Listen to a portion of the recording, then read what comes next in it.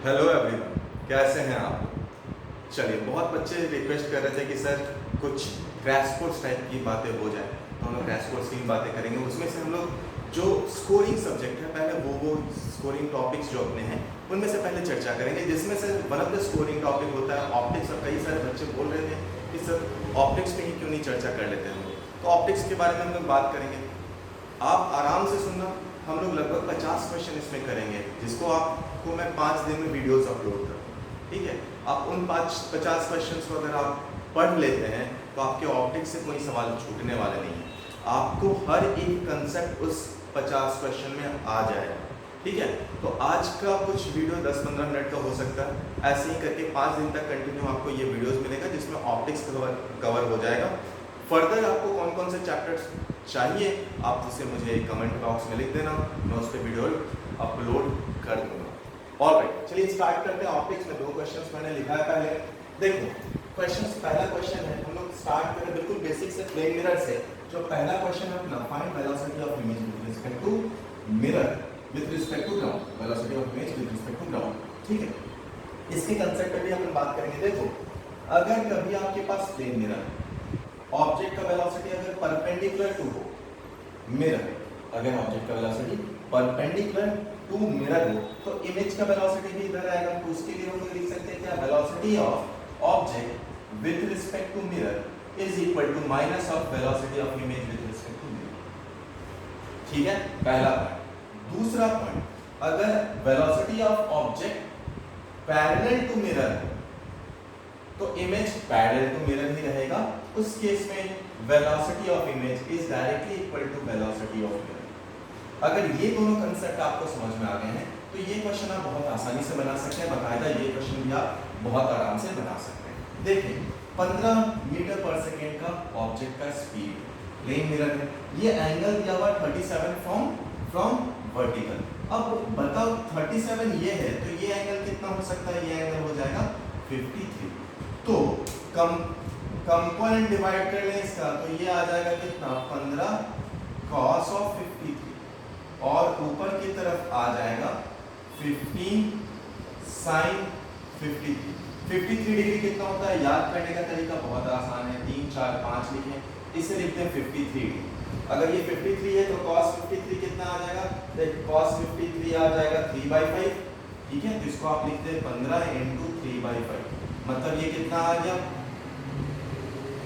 9 metre पर second. ठीक है, यानी जो इमेज बनेगा इस साइड, उसकी वेलोसिटी इस डायरेक्शन में होगी 9 मीटर पर सेकेंड। अब इस डायरेक्शन में, वर्टिकल डायरेक्शन में, ये कौन सा डायरेक्शन है, पैरेलल टू मिरर, उसके लिए कौन सा है, 15 sin 53।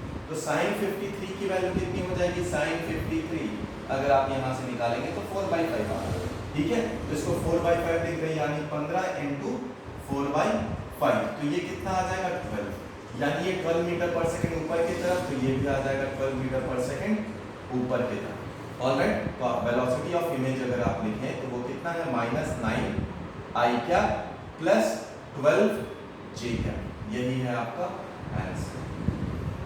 ऑलराइट, कॉपी कर लीजिए पॉज करके। चलिए दूसरे क्वेश्चन पे आते हैं। दूसरा क्वेश्चन है, A ball is projected from top of table, एक टेबल रखा हुआ है, उसके टॉप से एक बॉल को प्रोजेक्ट किया गया with an initial speed of u at an angle theta with horizontal angle theta, बहुत बढ़िया बात। Then initial velocity of image with respect to ball। Pause करें और सिंप्लीफाई करें। आया क्या, पक्का आ गया? अरे सच बोल रहा ना, सच बोलो, नहीं तो काला कर कौवा काट खाता, पता है ना अपने को।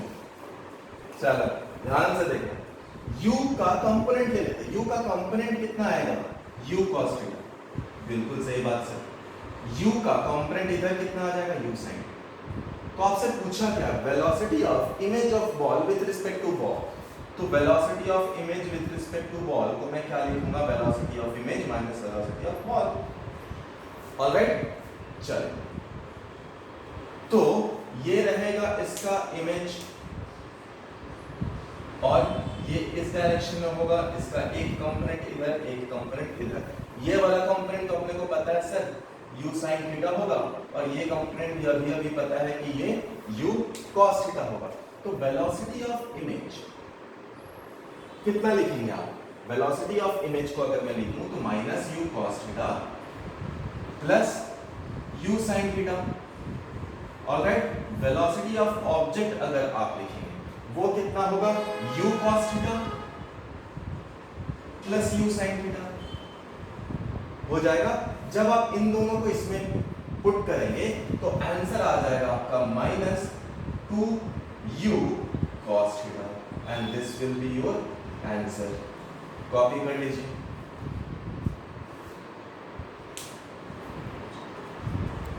चलो नेक्स्ट 2 क्वेश्चन करते हैं। ये डायग्राम मैंने आपके लिए ऑलरेडी ड्रॉ कर दिया। तो क्वेश्चन से बोला गया था वो था एक रॉड है जिसका लेंथ है 5 सेंटीमीटर। तो कभी भी बेटा आप क्वेश्चन सॉल्व करें तो पहले रिलेवेंट डाटा को अंडरलाइन करते जाएं। तो लेंथ दिया हुआ अपने पास 5 centimetre, lies along the principal axis, बहुत अच्छी बात है, कॉन्केव मिरर है जिसका फोकल लेंथ अपने को दिया हुआ है 15 सेंटीमीटर। तो फोकल लेंथ है 15 सेंटीमीटर, लेंथ दिया हुआ है।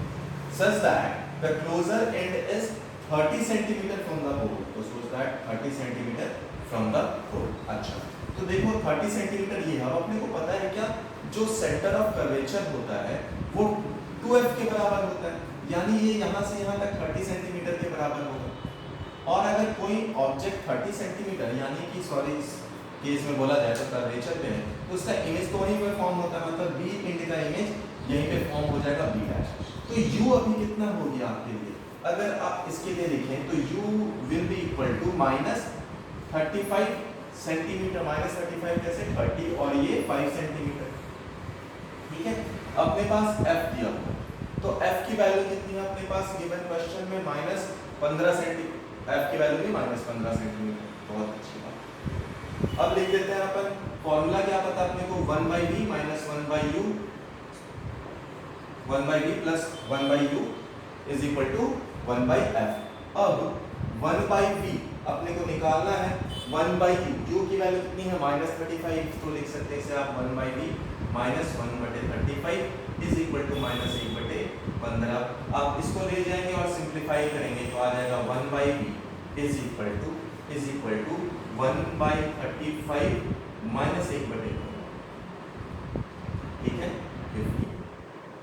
जब यहां से आप सिंप्लीफाई करेंगे तो v की वैल्यू आ जाएगी आपके पास माइनस 26.25।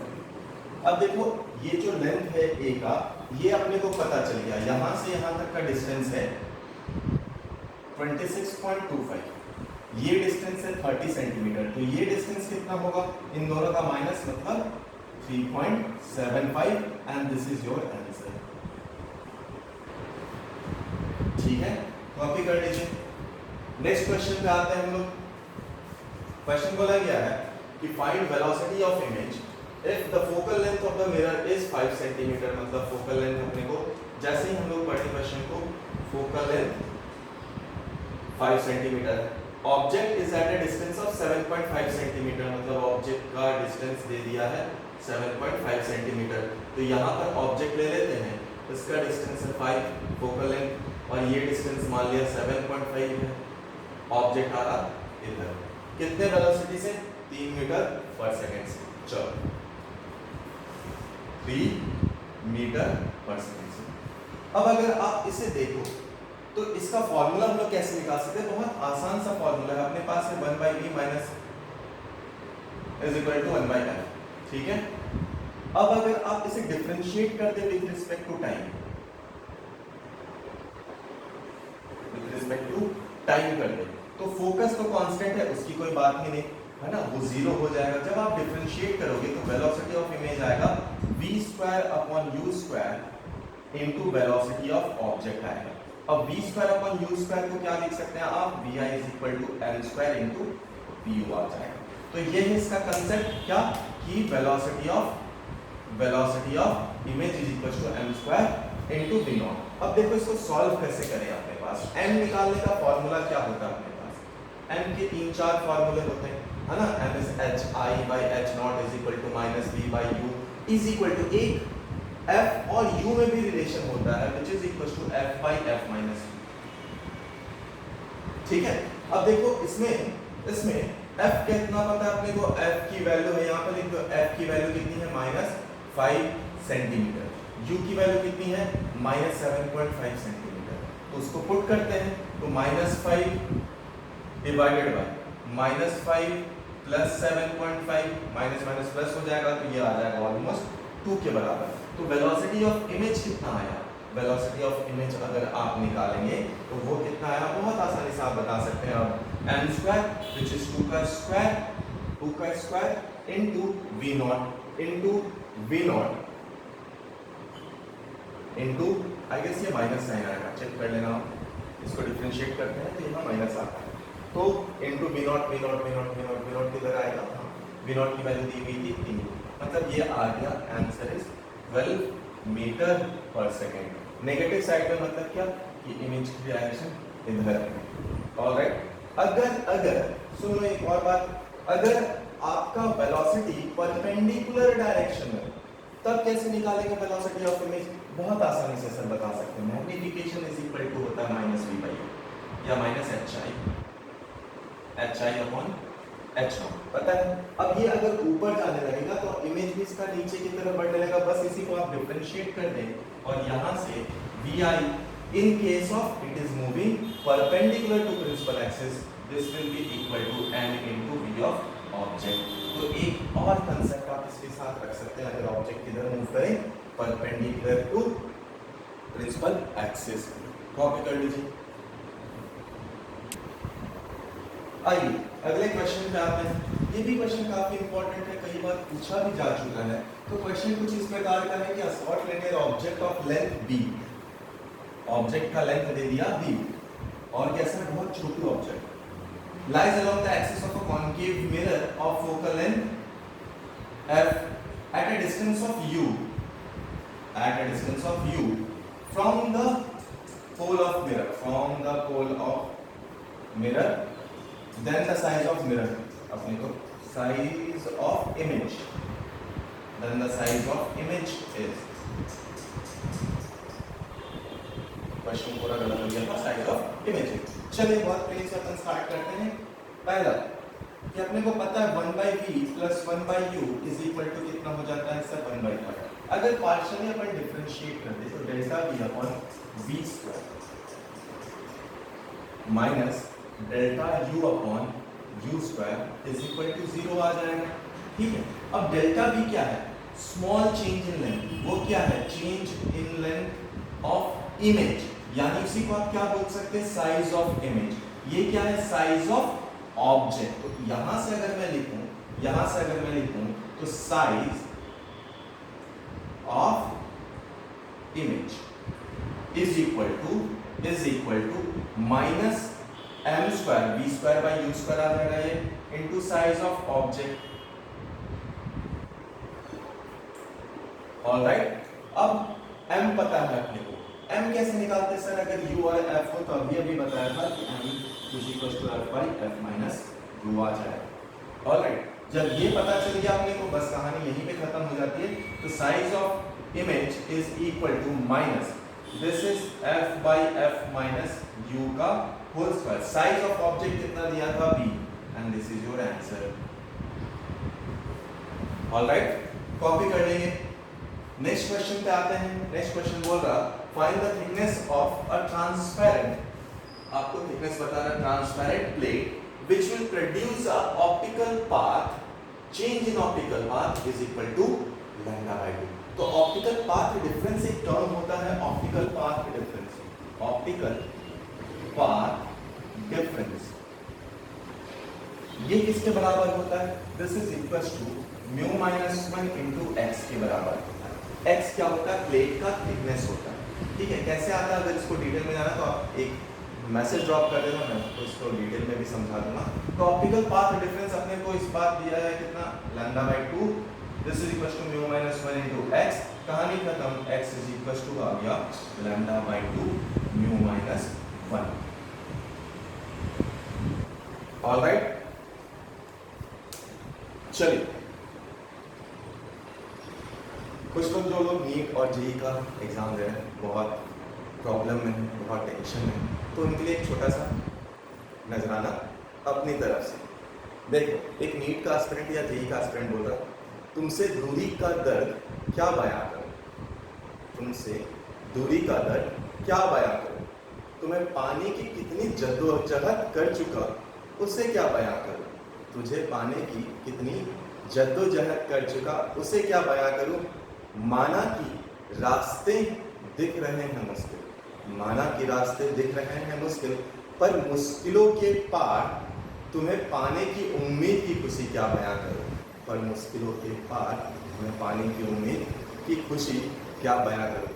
तो ऐसे ही मज़े मज़े में फिजिक्स पढ़ते रहें, हंसते रहें और फिजिक्स को प्यार करते रहें। धन्यवाद।